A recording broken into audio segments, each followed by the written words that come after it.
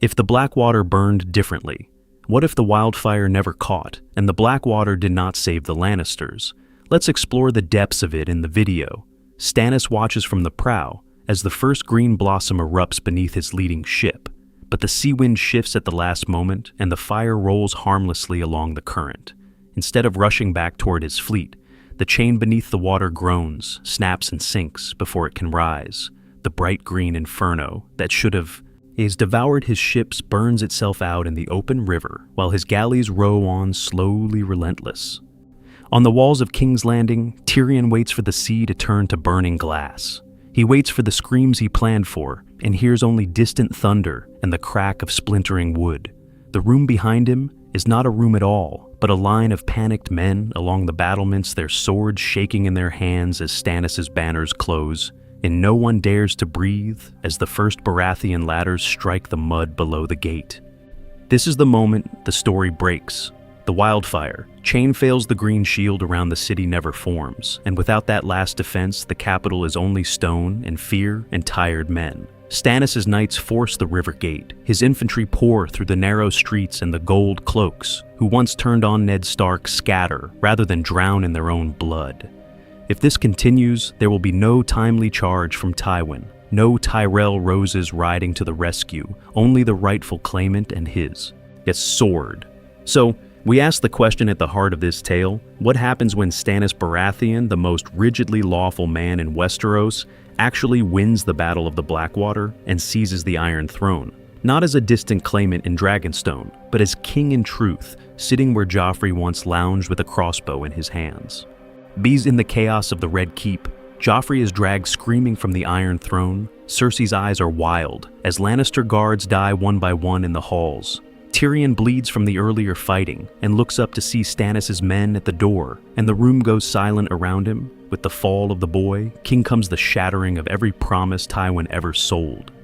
The Tyrells, there is no triumphant wedding feast to plan, no purple wedding, to poison only the wreckage of an alliance that never had time to bloom. From here we will follow each consequence step by step.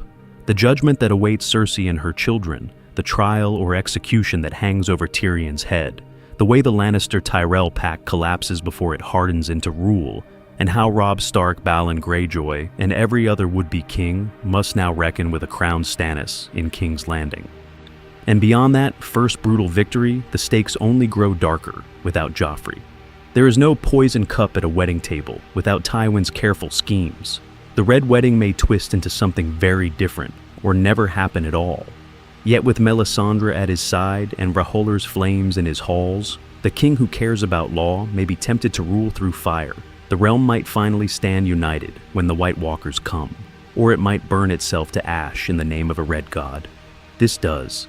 It's not need to end in blood, but in truth, under Stannis Baratheon, it almost certainly will. Into the Green Night, a different Blackwater. Instead of ending in fire on the Blackwater, it begins there. The night is already thick with smoke and salt when the first green light blooms. Stannis stands on the deck of his flagship, jaw clenched as the bait ship ahead of him suddenly erupts. The wildfire goes off too early, a blinding flash of sickly emerald that turns the world to glass and shadow for a heartbeat. The shockwave slams into his hull. Men are hurled to the deck, masts, creek ropes snap. A spray of burning oil hisses across the water, but the main line of ships is still too far back. The worst of the blast spends itself in empty river and scattered flotsam.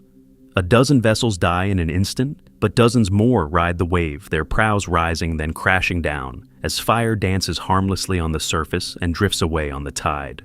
On the city walls, Tyrion blinks against the glare, his eyes watering as the green light fades too fast.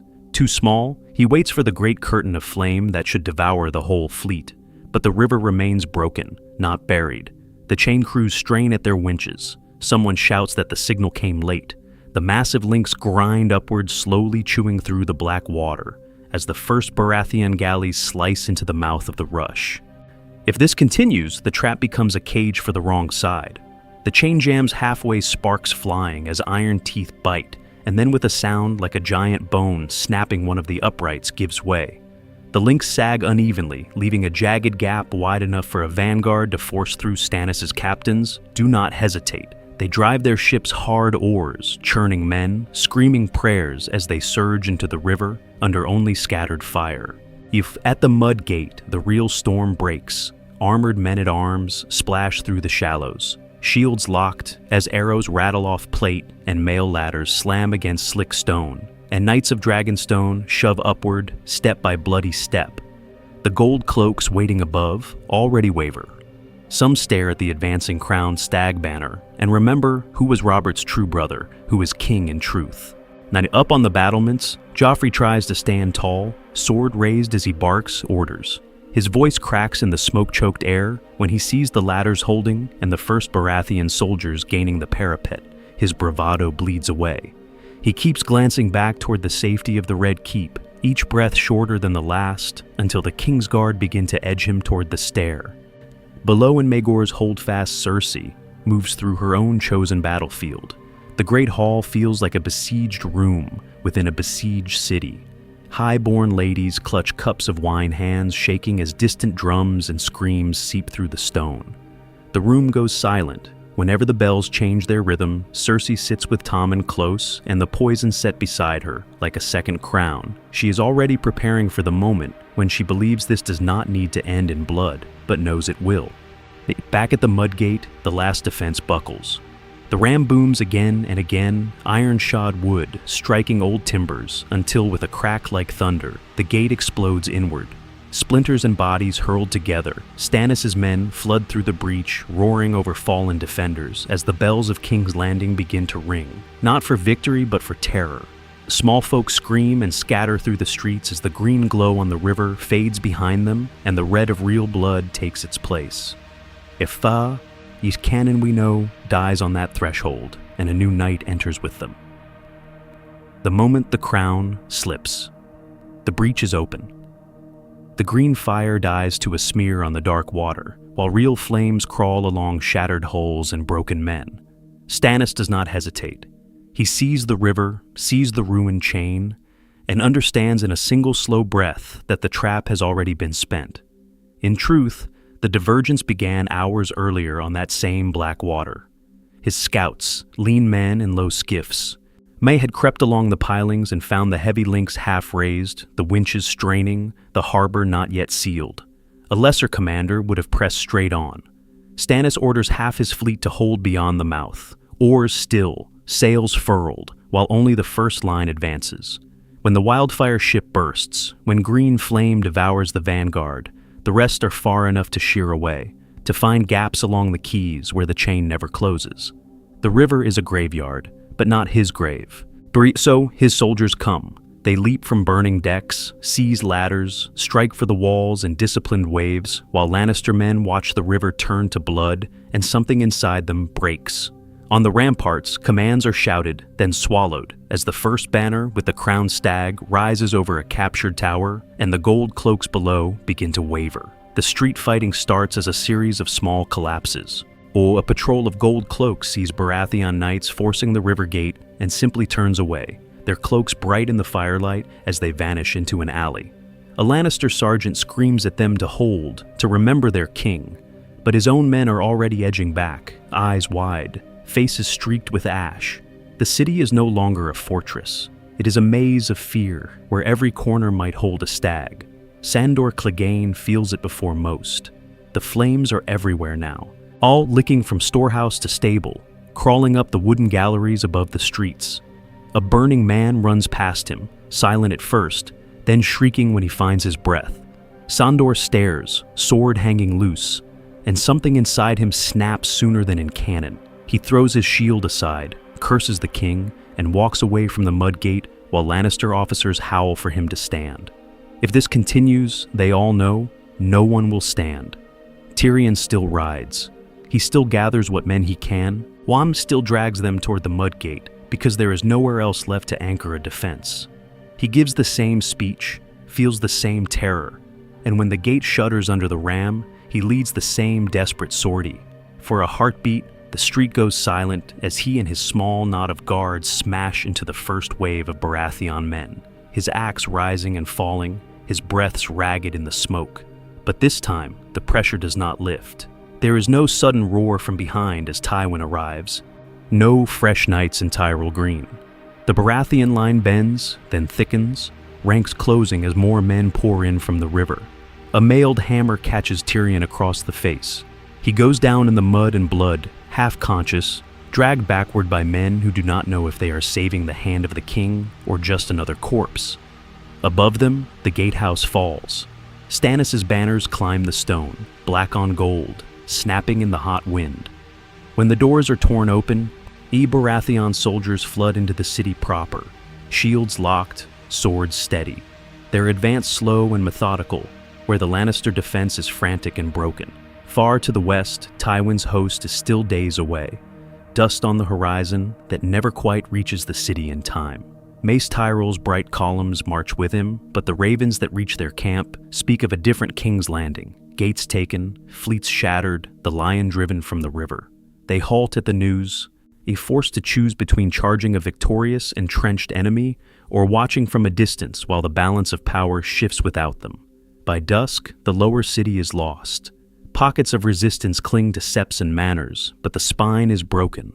The last true fortress is the Red Keep itself, its red stone glowing dark in the firelight. Stannis' men form ranks before its gates, shields overlapping, spears bristling, like siege engines rolling into place with the slow inevitability of a headsman's sword. Above those disciplined lines, the Lannister lion still flies, defiant against the smoke-choked sky. Inside, Cersei, Joffrey, and the few loyal knights left can feel the walls closing in.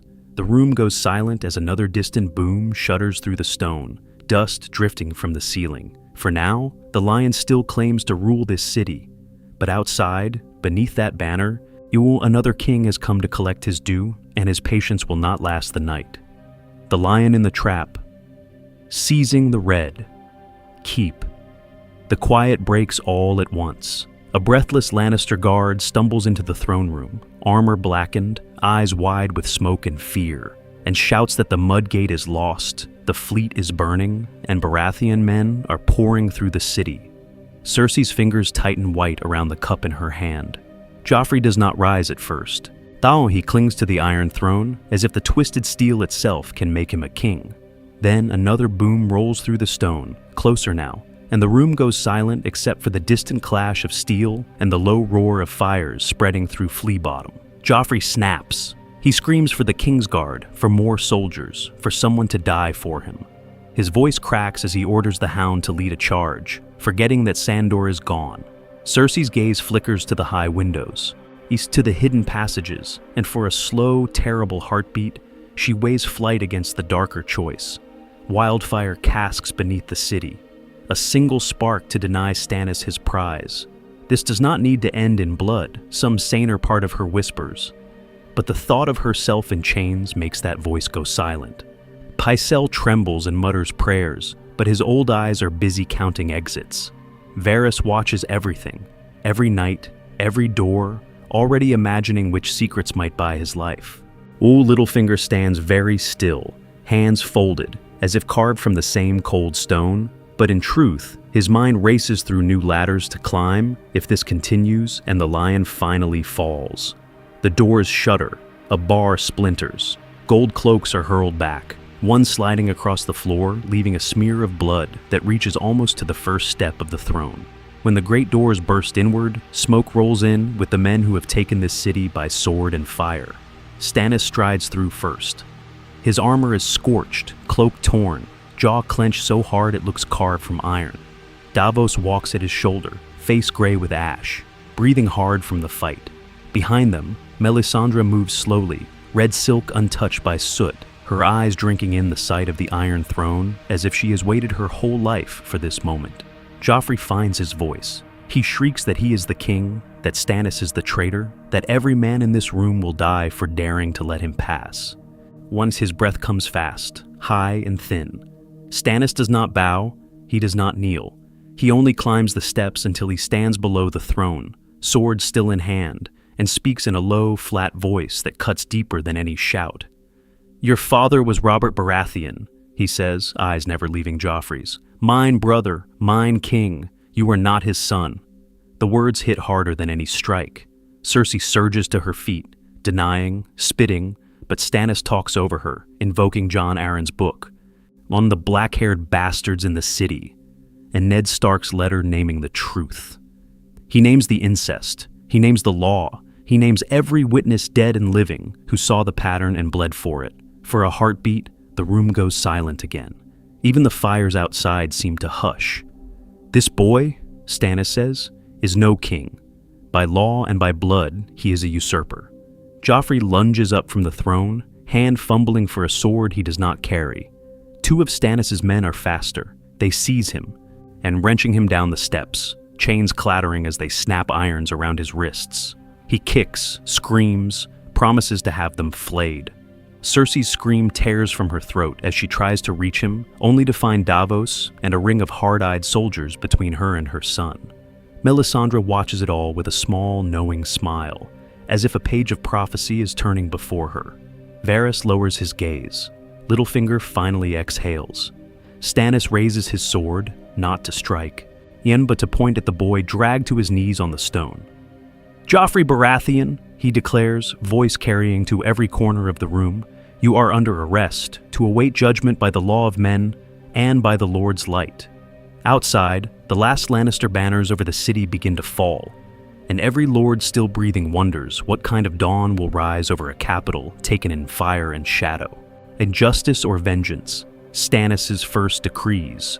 The boy prince is dragged away, and for a moment the throne room is chaos. Steel scraping on stone, torn banners hanging in the smoky air, the crackle of dying fires outside, bleeding through the high windows. Then Stannis climbs the steps, slowly, one hand on the pommel of his sword, the other brushing the scorched rail. He takes the Iron Throne like a man taking a punishment, not a prize. He sits. The room goes silent. Davos stands below, at soot-streaked and weary, watching the new king's eyes sweep over the captives. Cersei, dress torn, hair wild, but chin still high. Joffrey gagged now, blood at his lip. Tommen sobbing into Ser Boros' sleeve. Myrcella brought back from the docks, salt on her cheeks, trying not to shake. Varys waits in the shadows, hands folded. Littlefinger lingers near the pillars, eyes measuring every strike and counterstrike before it is made. "Your Grace," Varys begins softly. "The city is unsettled. A swift resolution might—" "Law!" Stannis cuts him off. One word, hard as iron. "There will be law!" He calls for the charges to be read, voice carrying across the room like a hammer. Cersei Lannister for adultery with her brother, for conspiring to murder the hand of the king, for usurping the throne with false heirs. Joffrey, born of incest, styling himself king while Robert's true heir was denied.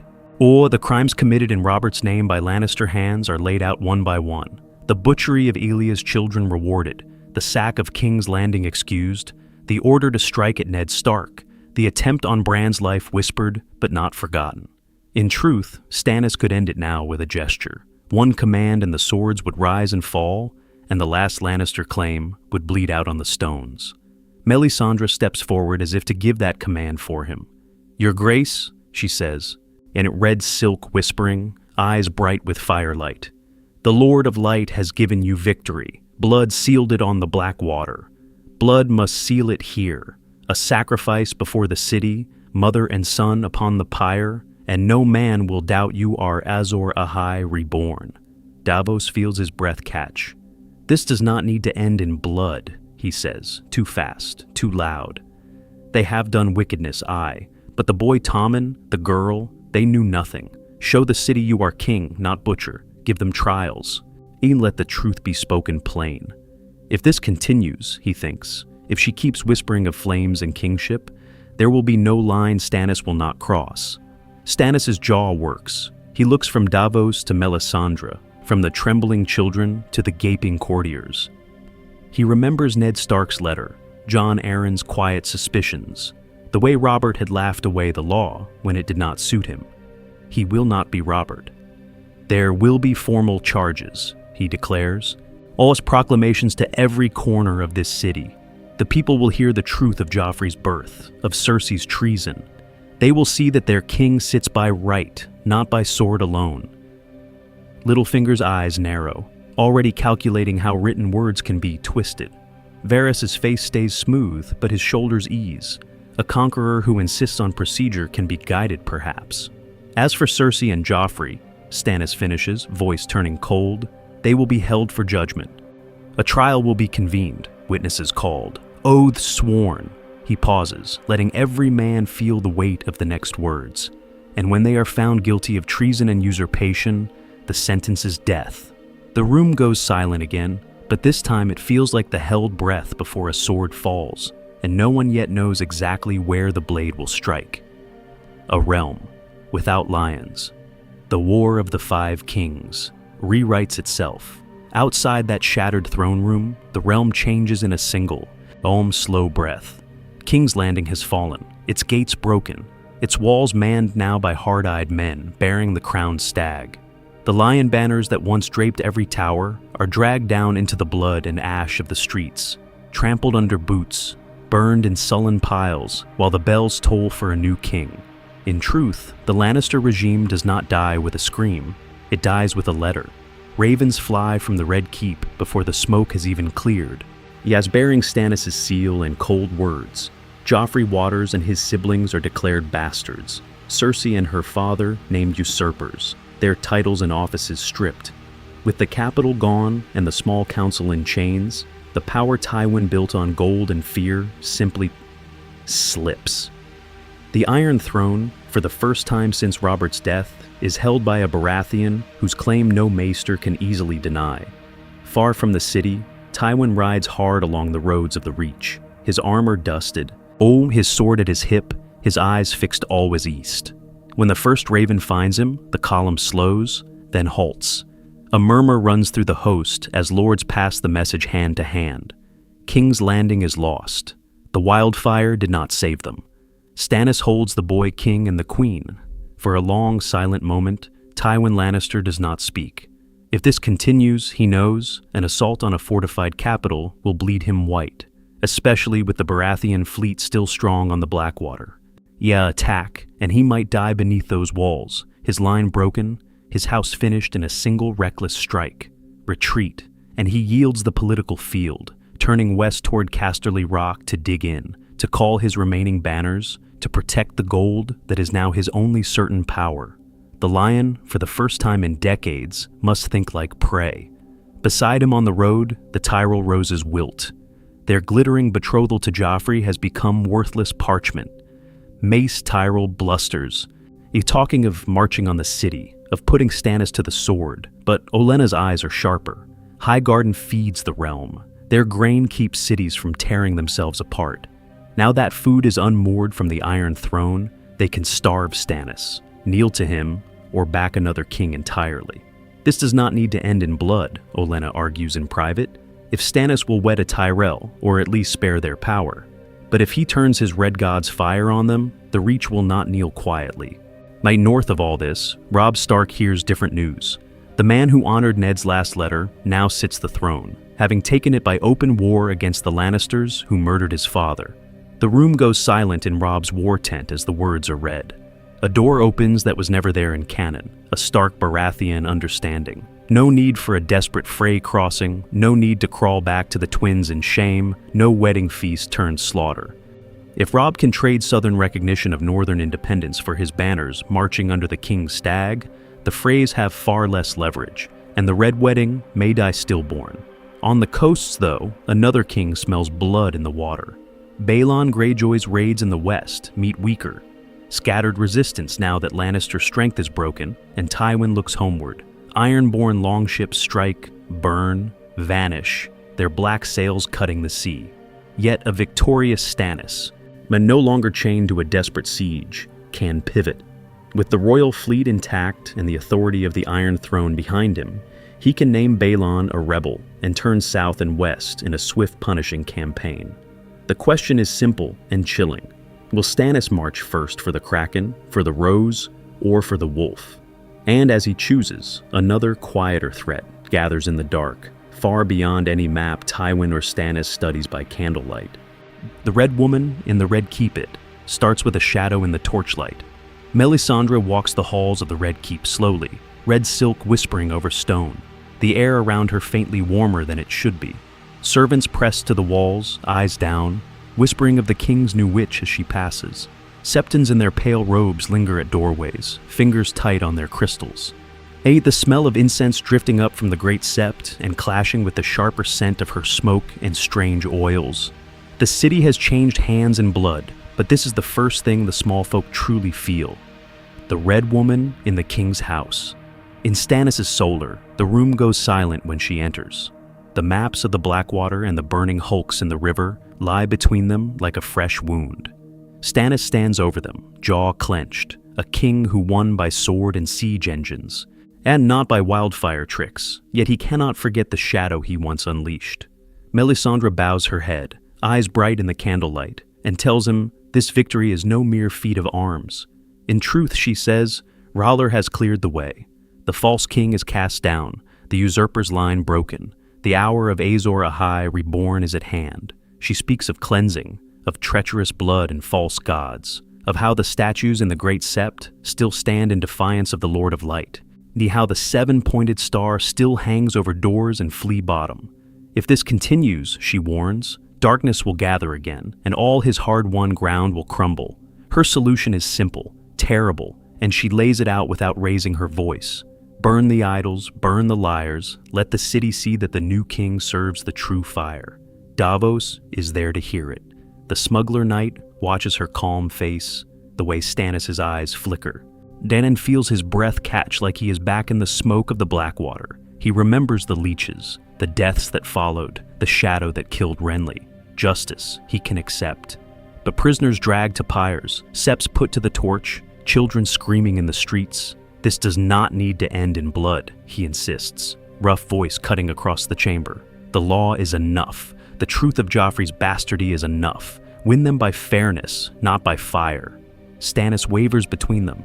And he has always wanted to be a lawful king, a man of clear rules and measured punishments. Yet he has seen the Red Woman's power strike down a brother in his own armor. So the early days of his rule become a series of careful, uneasy compromises. The faith of the Seven is allowed to continue, but the great statues in the throne room are quietly removed in the night. Red priests find themselves favored in small appointments, a whisper here, a clerkship there, all while Septons discover that audiences with the king grow shorter, cooler, more silent. Then Melisandre asks for something that cannot be half done. One night, with the city still tasting ash and fear, she comes to Stannis with a single name, Joffrey Baratheon, the boy who sat the throne in stolen gold, now a captive in his own castle. Sacrifice him at the great sept, she says. Let his blood and the burning of the Seven Seal Stannis' claim in the eyes of her god. For a heartbeat, yes, the future of King's Landing hangs on, whether Stannis Baratheon walks to the sept with a sword or with a torch. The trial of a false king. Stannis does not walk to the sept. He walks to the throne room. The doors boom open under a knight's mailed fist, and the hall that once watched a mad boy swing a sword at a bard now stares at that same boy dragged in chains. Joffrey stumbles on the stones, wrists bound, a ring of stormland and northern steel around him. Cersei is already there, Ulk forced to stand below the Iron Throne, her hands shackled, her eyes burning holes into every face that dares to look at her. The room goes silent except for the slow scrape of Joffrey's chains and the ragged breath of the beaten Lannister guards. Stannis sits the throne, rigid as if carved from the same black iron. The red stag banners hang beside the crowned swords of the Iron Throne, and beneath them gather the lords and notables of the city. Tyrell hostages held in the back. There's grim Northmen near the front. The small folk's chosen speakers pressed against the pillars to watch the fall of the king they once cheered. In truth, many of them just want to see blood. Pycelle totters forward when summoned, beard trembling. Varys glides beside him, hands folded, eyes unreadable. Sansa is brought from the side door, escorted by Ser Barristan, her face pale, but her spine straight. She looks at Joffrey and cannot quite stop the flinch. Stannis raises a roll of parchment. The seal is broken, the words already known to him, but the act matters. His voice carries, hard and flat. He reads Ned Stark's letter aloud, line by line, naming the truth Jon Arryn died for, that Joffrey, Myrcella, and Tommen are born of Cersei and Jaime, that no drop of Robert's blood runs in their veins, that the boy in chains is a false king and usurper. Each word is a strike, each sentence another sword driven into Lannister lies. He does not stop there. Under questioning, Pycelle admits what he once whispered in private, that Jon Arryn asked after the seed of the king and the seed of the lion, that he himself saw the pattern and chose silence. Varys, pressed before the gathered court, confirms that Stannis was the first to bring the charge of incest to Robert, that the realm ignored him then and pays now in blood. Then Sansa. She is not asked about parentage. She is asked about cruelty, about the day her father died. It ain't about how Joffrey ordered the heads of her household mounted on spikes. Her voice shakes, but she answers. Slowly, the hall feels every word. Joffrey breaks, first with arrogance, spitting that he is the king, that he will have all their heads, that when his grandfather comes, they will beg. Then with pleading, turning to Cersei, to any Lannister knight who still dares meet his eyes. Finally with venom, shrieking that he will feed Sansa to the hounds, that he will burn Stannis alive, that if this continues, he will see the whole city choke on smoke. This does not need to end in blood, Stannis says, and for a heartbeat, the room almost believes him. It ends in law. He rises. He pronounces sentence, Joffrey Baratheon, bastard of incest, is condemned for treason and usurpation, to die by the king's justice before the eyes of the city he betrayed. Steel boots move. A sword is drawn. The room goes silent again as Joffrey is dragged toward the steps. We do not see the blade fall, because what matters next is not only how he dies, but who dares to stand when he does. Blood on the steps, purging the Lannister regime. The sword does fall. It falls at dawn on the steps of the Great Sept, where kings are meant to pray, not choke on their own blood. Joffrey is dragged out in torn velvet, wrists bound, eyes wild as the bells toll slow and heavy over a city that has already seen too much fire.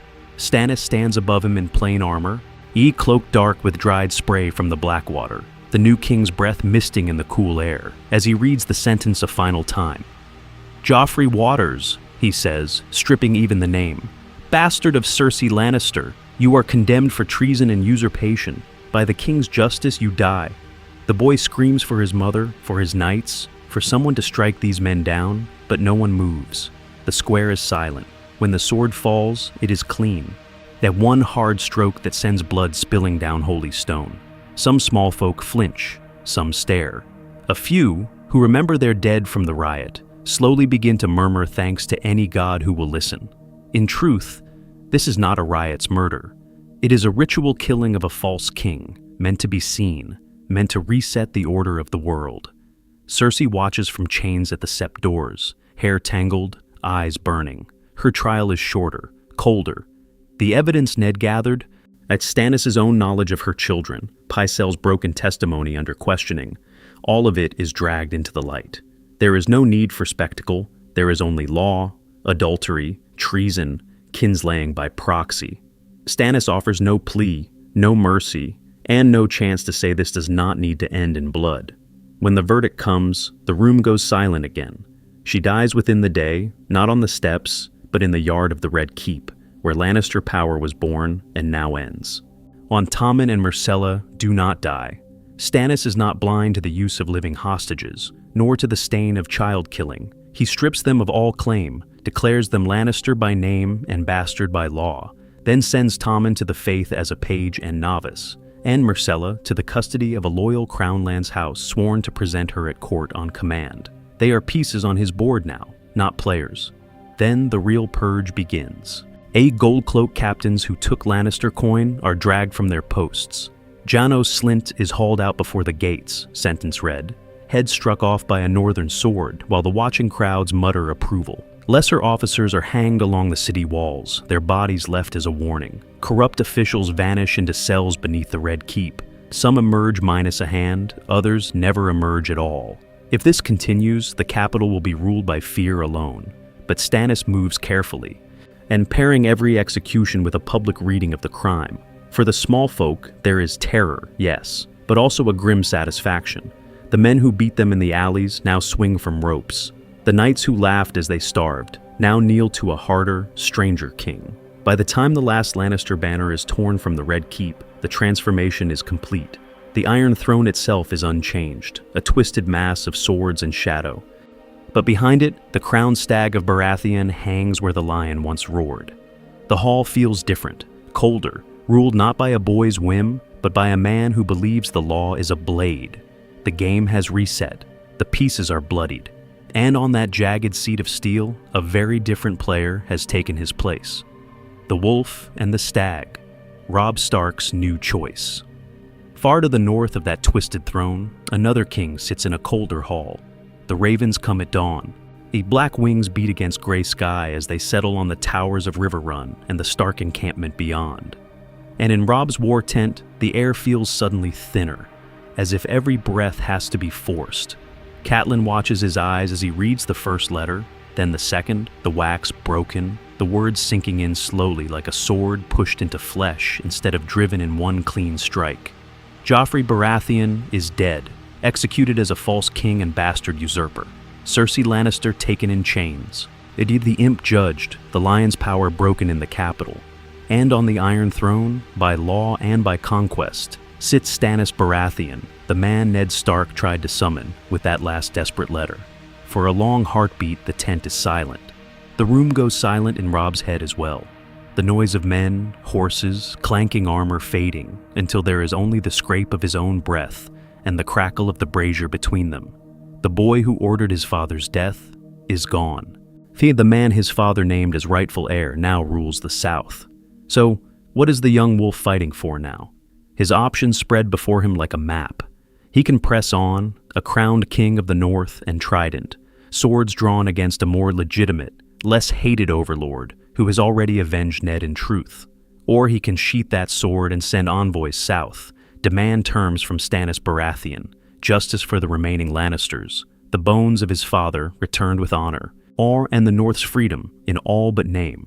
Catelyn's voice is soft but steady as she lays it out. Stannis listened to Ned's findings when no one else would. Stannis moved on the truth of Joffrey's birth when the realm preferred a pretty lie. This king is no friend, yet he is not Tywin Lannister. If this continues, she warns, more Karstarks and Umbers and Mallisters will bleed and die for a crown that might be won at the cost of their future. Stannis, she argues, could be a better overlord than any lion, a hard man bound by law rather than whim. And those words do not only reach Robb, they slide, like cold water, into the minds of Rose Bolton and the Frey envoys. Walder Frey's spite fed on Lannister smiles and southern promises. Rose's ambition measured itself against Tywin's gold and favor. Now there is no Tywin at court, no Lion Queen to whisper, no rich Reach alliance to shower them with reward. To betray the Starks under a king who honors Ned's memory would be to stand naked before a man who burns traitors without hesitation. The Red Wedding, in this world, is not an easy feast to plan. It is a noose they might find around their own necks. So, Robb does something unexpected. He calls his lords, spreads Stannis' letters on the table, and says the words that turn the war again. This does not need to end in blood. Not all of it. He will send riders south to the new king, and to the man on that jagged throne of swords, and ask what price Stannis Baratheon sets for peace. A Stark king offering fealty in exchange for a semi-independent North under a Baratheon crown. A stag and a direwolf, not at each other's throats but sharing the realm between ice and fire. If Stannis accepts, the game on the board changes completely, and at the wall, another Stark bastard will feel the first ripples of that choice. The Tyrell question. Flowers without a lion.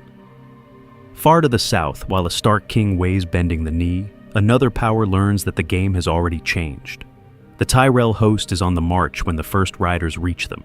Lathered horses streaked with sweat and dust. Green cloaks snapping in the wind as the long column of spears and banners slowly grinds along the road beside the Mander. Tywin's crimson rearguard is a line of steel ahead. The old lion driving them all toward King's Landing, toward the battle they think will decide the war.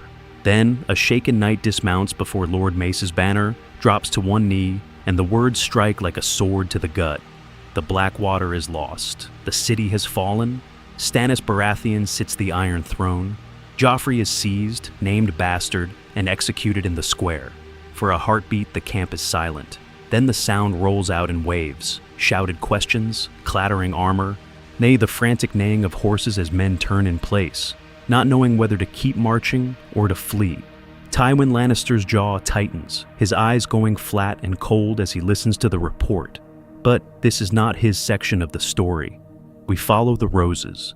In Mace's command tent, the room goes silent again as Queen of Thorns and would-be queen face one another across a low table. Olenna's fingers drum once, twice. Now on the map, where a golden lion and a golden rose share the same little square of carved wood over the capital. That piece is swept aside now, leaving only the stag. Margaery's breath is steady, but she feels the ground tilt beneath her. The plan was simple. Renly first, then Joffrey, then a crown. All gone in a rush of sea spray, steel, and king's blood. This does not need to end in blood, Olenna says, though in truth she knows it already has. She speaks slowly, Ys pulling threads together as she always does. Stannis is a hard man, but he is king now, with a starving city and enemies on every border. He needs grain, he needs ships, he needs the reach. Margaery hears the unspoken question before it is voiced. Could the girl meant to wed Joffrey instead be offered to Stannis himself, to bind Rose and Stag? Or, if the king is too old, too proud, too bound to his fire priestess, to one of his kin, to shape the line of succession before it hardens? If this continues, the Reach might stand alone against a crowned Baratheon, a humbled West, and a stark great king in the north. Olenna weighs other matches aloud, each one a different war. A Baratheon bannerman like a Florent or Velaryon, tying them to the new royal faction without kneeling too low. A future heir of Stannis, if Melisandre's whispers about Azor Ahai and promised princes become royal policy. Even the thought of a Stark alliance flickers across the table. As if Robb bends the knee and keeps his crown in the snow, a rose in Winterfell could make the south and north one long chain around Stannis' throat. But every path carries danger. Stannis will need their food and their swords, yet he will remember that they crowned his brother and marched with Tywin. He will resent their sudden loyalty as opportunism, their gold as bribery, their beauty as another weapon aimed at his throne. By dusk, no final choice is made. Horns sound down the line. Tywin turns his column toward the west, red cloaks wheeling away from the doomed capital. Behind him, the Tyrell banners hesitate, green and gold rippling in the fading light, before slowly angling south, back toward Highgarden. They will not bend the knee today. They will not rebel today. They will watch and wait and decide whether this new king is a passing storm or the beginning of a harsher season. And as their host withdraws, and one question hangs over every campfire in the Reach. When the roses bloom again, will they grow around the stag, the wolf, or choke them both? Tyrion Lannister, prisoner, pawn, or king's hand. The Reach draws back, but inside King's Landing, there is no retreat for the last Lannister who mattered. Tyrion wakes to pain and darkness. His first breath is ash and Maester's herbs. His second is fear, as his hand goes to his face and finds the ragged line where the sword bit into him at the Blackwater. He remembers fire, the clash on the mud gate, the screams. He remembers thinking he had saved the city. Now the room is silent in a different way. The red of the torchlight is wrong. The gold cloaks at the door wear a different sigil. The crowned stag of Stannis Baratheon. They haul him, still unsteady, through corridors that stink of smoke and blood. There are past knights of Dragonstone and Storm's End who look at him with cold, measuring eyes. When the doors of the throne room open, the air seems to thin. Stannis sits the Iron Throne, jaw clenched, the steel around him like drawn swords. Melisandre stands at his right hand, Davos at his left, the Red Woman's eyes half-lidded as if watching something only she can see. "Tyrion Lannister," Stannis says, no title, no courtesy. "You held this city against its rightful king." Tyrion swallows, and he forces himself to meet that hard, tired gaze. "I held it against you, yes, and against your brothers Get. One false king at a time." For a heartbeat, the room goes silent. Even the crackle of the torches seems to fade. Stannis' stare does not soften, but he hears the meaning under the barb, hears Ned Stark's letters, and Jon Arryn's work in the background of those words. "In truth," Stannis answers slowly, "you served a usurper and his bastards, while you spilled blood in their name. I spilled blood to keep the city from falling, Tyrion shoots back. From you, from wildfire, from sack and slaughter. You have it now. You need a mind that knows its alleys, its ledgers, its vipers. He lets his eyes flick toward Varys' empty place. Littlefinger's vanished seat. Those you might have used are dead or fled. I am still here. Davos shifts, rough fingers tightening on the pommel of his sword. He has seen this dwarf on the walls. Seen him bleed beside common men.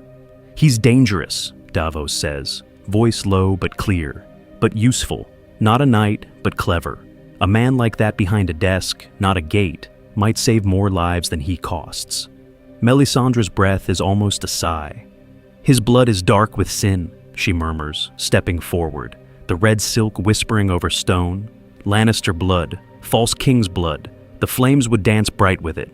If this continues, these old roots will poison your reign. Ah, your grace. Two paths unfold in that moment. In one, Stannis listens to the fire, and Tyrion dies as a symbol. The last Lannister of the capital dragged to the courtyard, his sharp tongue finally still as the sword falls. His death announced from the steps of the Great Sept as the end of the old regime. In the other, Stannis listens to the tired, stubborn man of onions at his side. Tyrion is spared, but chained to a desk instead of power. No hand, no ring of office. No, only a cramped chamber off the Tower of the Hand, where he balances accounts, maps, grain stores, and drafts edicts he is never allowed to sign, watched by loyal knights who never quite put their blades away. Stannis' jaw works. This does not need to end in blood, Davos presses quietly. Not his. The king rises. The room goes silent again as he gives his sentence, but the narration does not follow the words, only the faces. Melisandre's small, knowing smile. Davos's weary relief or sudden grief. Tyrion's eyes closing for a heartbeat as he understands which future has been chosen. We are not told, not yet. But the city's fate tilts on that unseen decision, because the presence or absence of this one wounded mind will decide whether King's Landing meets the next storm with cold, hard numbers, or blind, inflexible faith. Sansa, Jon, and the North's shifting future. Far from the smoke and screams of the harbor, and none other kind of storm forms in the Red Keep. The Lannister banners come down, the stag and fiery heart go up, and in the quiet corridors where she once walked as Joffrey's trembling bride-to-be, Sansa Stark suddenly finds herself unbetrothed, but not free. Stannis has no use for a sadistic boy king. Joffrey is either executed for bastardy or locked away to rot, his screams fading behind stone. The Queen Regent is tried. The room goes silent when Ned's letter is read aloud. Oh, when the king names treason by blood and by bed. In truth, Sansa's value only rises. She is the last highborn Stark in his grasp, a living bridge to the north and to the memory of the man who handed Stannis his crown with ink instead of a sword. There is no purple wedding, no drunken dwarf forced to kneel, no poisoned cup. Instead, ravens fly. Quiet talks begin. A match to a hard-bitten Baratheon loyalist like a Florent cousin, meant to weld Stark loyalty to the new regime. Or, if this continues and the Reach bends the knee to spare itself, a Tyrell son offered Sansa's hand as the price of reconciliation. Roses twining around the direwolf to prove the war is truly over. Stannis himself might settle on something colder but shrewder, a symbolic betrothal to a future Baratheon heir, a promise that when his line and the North's meet in marriage, the old wound between Winterfell and the Iron Throne will finally close. North of the Wall, the news arrives as ink on rough parchment and the stunned murmur of brothers in black. Stannis Baratheon has taken King's Landing. Ned Stark's letter was honored. The bastards were named. Justice of a sort was done. Jon Snow reads the words slowly, feeling each line like a distant strike of a hammer on steel. This king is no usurping boy, no laughing tyrant. He is rigid, yes, and his red priestess whispers of fire and chosen swords, but he listened to Ned Stark. When Stannis' fleet is sighted off Eastwatch months earlier than in canon, the meeting between king and bastard is different. Less suspicion, more wary respect. Jon does not see only a southern lord reaching for northern swords. He sees the man who avenged his father's honor. When Jon argues that this does not need to end in blood with the wildlings, that they must be let through the wall to face the true enemy, Stannis still bristles, but he listens longer. With the North already leaning his way through Sansa's fate and Robb's gratitude, Stannis can afford to be pragmatic. Grain and steel flow sooner to Castle Black. The Watch's ruined castles are manned by northern levies under royal writ. Wildling captives are sorted, not slaughtered, spears turned into scouts and guides. The first whispered tales of white-eyed corpses are not dismissed as fear, but carried by royal order to every lord that still answers the king's summons. Slowly, almost silently, a Stark Baratheon axis takes shape. A hostage-turned bride in King's Landing. A bastard-turned lord commander at the edge of the world. The realm still gossips about reach, intrigues, and western gold, but the true line of power is shifting northward, toward cold winds and blue eyes in the dark. And when winter finally steps over the wall, it will be that quiet bond, not any southern crown, that decides how long Westeros has left to breathe. But across the narrow sea, Daenerys versus a different Westeros. Far to the east, another wind is rising. In Korth, Daenerys Targaryen stands on a high balcony, the city spread below like a jeweled carpet, and she still thinks the usurper's whelp sits the throne that murdered her father and brother. She does not know that boy has been cast down, that another Baratheon king now rules in his place, a man who claims the law itself as his sword. In truth, from Essos, the change looks smaller than it feels in the streets of King's Landing. Merchants hear that a Baratheon still wears the crown, that the gold cloaks still patrol the alleys, that ships still come and go from the Blackwater without burning. The stories of riot and wildfire slowly thin. Fewer whispers of a mad boy king, more of a hard, silent one who punishes thieves and traitors with the same cold hand. To a Carthian traitor or a slaver in Astapor, Westeros no longer sounds fractured and ripe for the taking. It sounds like a realm closing ranks. This is the problem Varys and Illyrio Mopatis taste on their tongues when the first reports of Stannis' victory reach them. Their rooms in Pentos are lit by soft lanterns, but the news strikes like a sword. The plan had been clear: a decaying Lannister regime, Tyrell ambition, a bleeding countryside, then young Griff or Daenerys unveiled as the savior to sweep away chaos. Now there is no boy tyrant to contrast with. There is a lawful king who has already exposed one lie about royal blood and is willing to burn in the name of another. If this continues, the spider's long web must be rewoven. Perhaps young Griff is held back, his supposed birthright less convincing against a crowned Stannis, whose claim even maesters grudgingly accept. Perhaps the fat magister tells Daenerys to wait, Mace to fatten her dragons while Westeros hardens itself against northern snows and southern heresies. Every delay, though, gives the dragons time to grow, and gives Stannis time to drill his men, to purge his court, to listen to a red priestess whisper of prophecy in his ear, because when the first true tales of dragons come over the narrow sea, they will not fall on Lannister ears grown deaf with wine and vanity. They will reach a king who has already seen a shadow kill a brother, he who has watched leeches draw blood from false kings, and heard the crackle of R'hllor's fires as omens. Stannis Baratheon will not dismiss 3 dragons as rumors. He will count them as enemies or weapons, and he will move. The room goes silent in the small council when that word is spoken. Dragons. Some counsel caution. Some a strike across the sea. Some a bargain. Somewhere in the dark, Melisandre's eyes shine as she breathes the word Azor Ahai. This does not need to end in blood, may Ned Stark once told him. But Daenerys will not cross for treaties. She will cross for destiny. What comes then is not chaos against order, but fire against fire, her blood-right fury against his burning law, and when those 2 visions finally meet above a field of ash, the realm will have to choose which flame to breathe, and there is still one more player watching both fires grow. The king who looks north, too soon. That player is fire, staring north. Months pass. The Red Keep no longer rings with Joffrey's shrieks, but with the slow grind of Stannis' rule. Edicts read at dawn, sentences carried out before dusk. The city learning to breathe under a different kind of fear. The worst of the Lannister loyalists are purged, the Tyrells are held at arm's length, and the Riverlands and North are bound to the Iron Throne by hard-won treaties and the memory of Ned Stark's sword at Stannis' coronation. With the South pacified enough that the streets stay mostly silent at night, other messages finally reach the king. Ravens from the wall, no longer lost in the chaos of a boy, king's tantrums, and a spider's quiet culling, begin to arrive in steady, grim succession. Reports of dead men walking, of blue eyes opening in the dark, of villages beyond the wall left in blood and frost. In the small council chamber, the first of these letters is read aloud. For a moment, the room goes silent.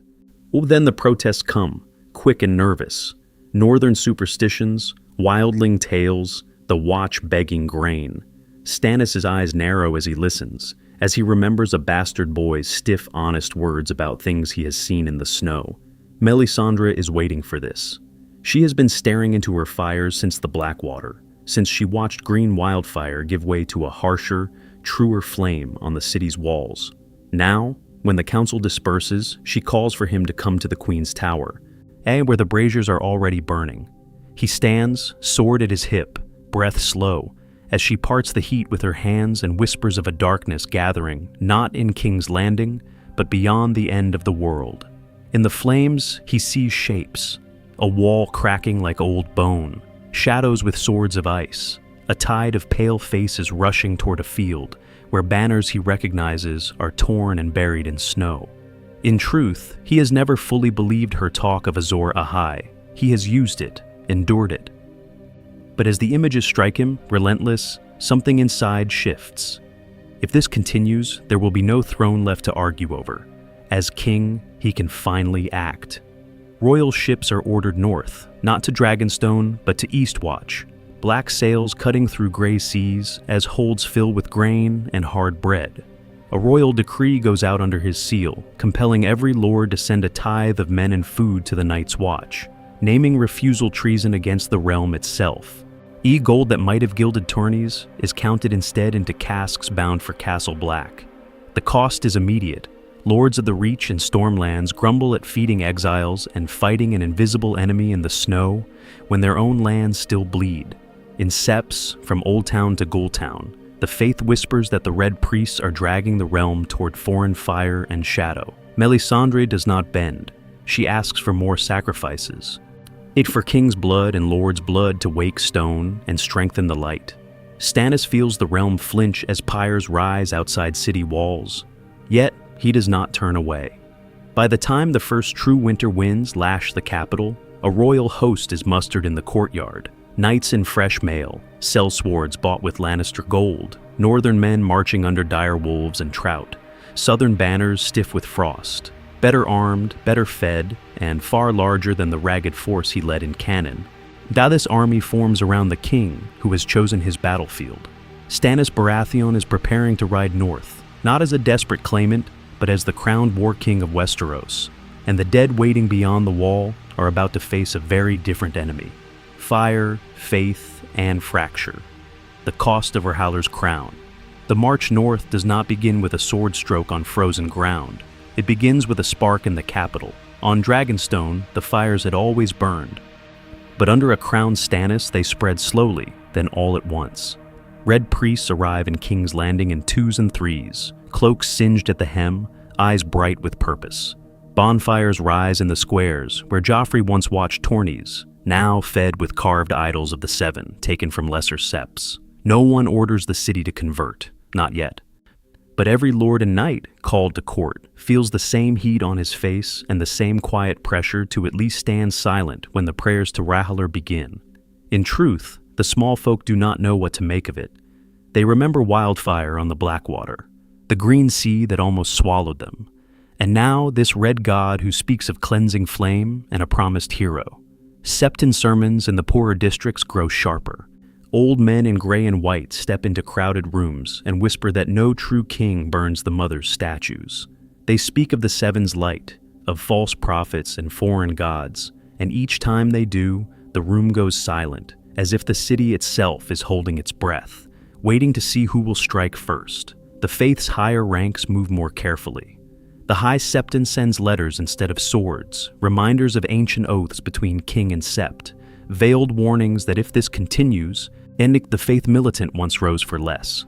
Some lords of the Reach and the Vale echo those words in their own halls, uneasy at seeing red priests at council tables where septons once sat, uneasy at the thought that their hold over hearts and tithes might be burned away. Stannis feels that unease. He hears it in every stiff bow, every lord who says, "Your Grace," but glances toward the nearest sept, as if for protection.